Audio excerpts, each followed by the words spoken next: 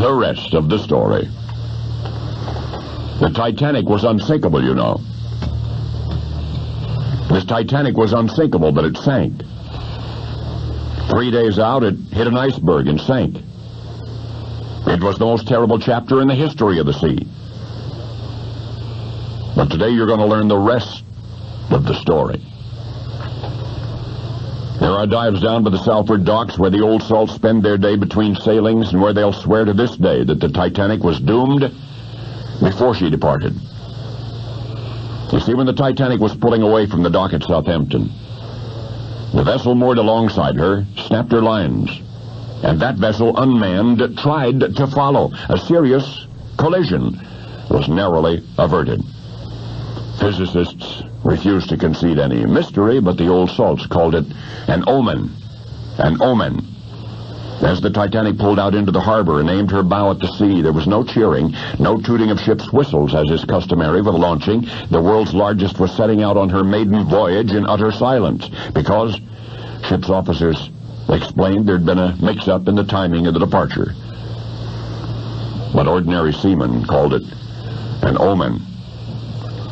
At Queenstown, an odd thing happened. By some quirk of impishness, one of the Titanic's stokers decided he wanted a breath of air, and the Titanic had 4 stacks. One was a dummy funnel used for ventilation only, so this stoker climbed up the inside of the funnel all the way to the top and peered out over the edge. Now, actually, that's all that happened. But to the highly superstitious seamen, seeing this unrecognizable, soot-blackened face peering out over the rim of the funnel, now it was an omen, and it was not a good omen.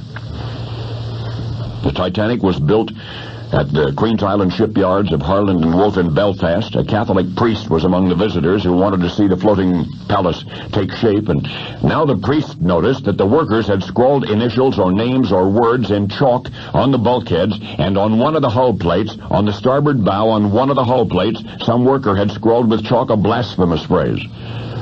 The priest was not amused. He asked that the profane words be erased, but his escorts only chuckled. The priest warned of dire misfortune for a ship inscribed in blasphemy, and still the words on the hull of the starboard bow remained. On the night of April 14, 1912, the Titanic was steaming across the Atlantic on the way to a record, when suddenly the lookout reported an object about a mile ahead. At 20 knots, that doesn't allow much time to maneuver a ship of that size. Time enough, however, except on the bridge. Nobody answered the phone. The lookout kept peering into the murky darkness as the ship bore down on the huge object. He knew what it was now. It was an iceberg. Again he sounded the buzzer to the bridge.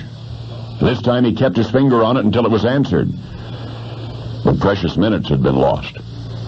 The helmsman did wheel hard to starboard, averted a head-on crash.